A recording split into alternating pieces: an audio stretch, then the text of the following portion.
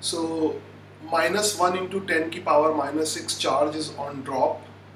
of water having mass 10 to the power -6. तो एक drop है, वाटर की ड्रॉप है, ठीक है, और इस पे चार्ज भी है, ठीक है, इस पे चार्ज है 10 की पावर -6 कूलम का, और इसका वेट नीचे की तरफ वर्क कर रहा है, इसका वेट डाउनवर्ड डायरेक्शन में वर्क कर रहा है, यानी इसका जो ये चार्ज हो गया, इसका मास है 10 की power -6 kg, m is equal to 10 की पावर -6 kg। वैसे 10 की पावर -6 kg से वेट तो पता ही लगता है, तो इसका वेट नीचे की तरफ वर्क कर रहा है, ठीक है, और किसी भी चीज का जो वेट होता है वो mg के बराबर होता है ना, g से और मल्टीप्लाई कर दोगे तो g की वैल्यू 10 ले लो, तो वेट जो है वो डाउनवर्ड डायरेक्शन में वर्क करेगा और वेट की वैल्यू mg के बराबर होगी, मास इनटू g। g की value 10 metre per second square में ले लेता हूँ, ठीक है, वैसे ऑप्शन से देख के बता दो g की value, I will take, given नहीं है फिर भी I will take 10 metre per second square,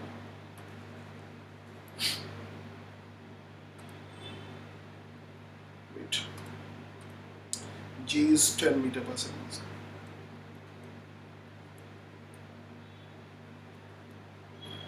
तो इसका वेट डाउनवर्ड डायरेक्शन में वर्क करेगा, m into G, mass is 10 की पावर -6 kg और g 10 हो गया, so it is 10 to the power -5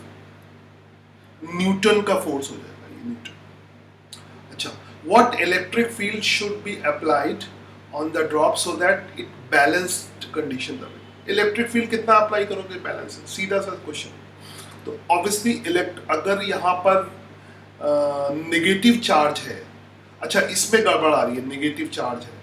अब यहाँ पे थोड़ा सा कंसेप्ट तो लगना ही है, नेगेटिव चार्ज है, नेगेटिव चार्ज है तो नेगेटिव चार्ज पे इलेक्ट्रिक फील्ड के अपोजिट फोर्स लगता है, तो अगर बैलेंस करना है तो इलेक्ट्रिक फील्ड डाउनवर्ड डायरेक्शन में लगाना होगा, और ऑब्वियसली यूनिफॉर्म इलेक्ट्रिक फील्ड होगा,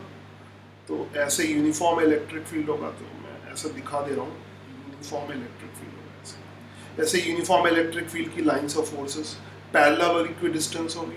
बहुत सारी होंगी मगर मैंने दिखाई नहीं है, ऐसे बहुत सारी होंगी, तो ऑब्वियसली इस पर जो अगर नीचे की तरफ इलेक्ट्रिक फील्ड है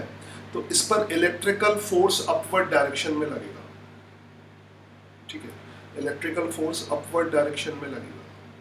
so electrical force is upward direction, electrical force, okay. Now तो इलेक्ट्रिकल फोर्स की वैल्यू किसके बराबर हो जाएगी, mg के बराबर हो जाएगी, ठीक है, mg के बराबर हो जाएगी, तो इलेक्ट्रिकल फोर्स किसके बराबर होता है, चार्ज इनटू, अच्छा माइनस साइन से हमें डायरेक्शन मिल गई, माइनस साइन से नेगेटिव चार्ज पे जो फोर्स लगेगा वो इलेक्ट्रिक फील्ड के अपोजिट लगता है। आई थिंक ये बेसिक कंसेप्ट याद रहना चाहिए, मतलब इसमें कंसेप्ट चीजें, तो ऊपर का फोर्स वेट को बैलेंस करना चाहिए, ठीक है, और इलेक्ट्रिकल फोर्स की वैल्यू किसके बराबर है, वैसे वेट की हम वैल्यू निकाल चुके हैं तो हम mg फिर दोबारा नहीं लिखेंगे, इसको मिटा देते हैं, वेट ही लिख लेते हैं सीधे, तो वेट की वैल्यू हम निकाल चुके हैं, बस इलेक्ट्रिकल फोर्स की वैल्यू और निकालनी है, तो इलेक्ट्रिकल फोर्स की वैल्यू भी निकाल लेते हैं। इलेक्ट्रिकल फोर्स की वैल्यू कितनी हो जाएगी, charge into electric field, charge into electric, charge की वैल्यू कितनी है, दैट इज 10 की पावर -6। अब वैल्यू रखोगे, डायरेक्शन तो हमने यूज ही कर लिया, मैग्नीट्यूड का भी किसी चीज़ का नेगेटिव होता नहीं है, तो सिर्फ वैल्यू रखोगे, और इलेक्ट्रिक फील्ड की वैल्यू बतानी है, सो इजी सा क्वेश्चन, सो 10 की power -6 into electric field is equal to 10 to the power -5 newton, ठीक है, सो E की जो वैल्यू हो जाएगी दैट विल बी 10 की पावर -6 डिवाइडेड बाय 10 की power -6. E will be 10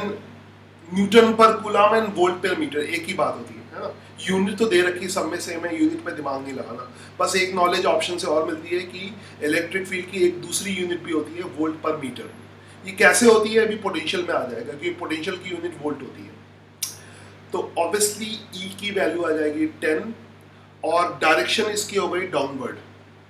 direction downward है, तो ये तो मैंने बता दिया, ध्यान से देखो. डाउनवर्ड है तभी इलेक्ट्रिकल फोर्स अपवर्ड लगेगा. इलेक्ट्रिक फील्ड में नेगेटिव चार्ज पर इलेक्ट्रिक फील्ड के अपोजिट फोर्स लगता है, तो इलेक्ट्रिक फील्ड हो जाएगा डाउनवर्ड. तो इसका जो आंसर आएगा वो हो जाएगा डाउनवर्ड.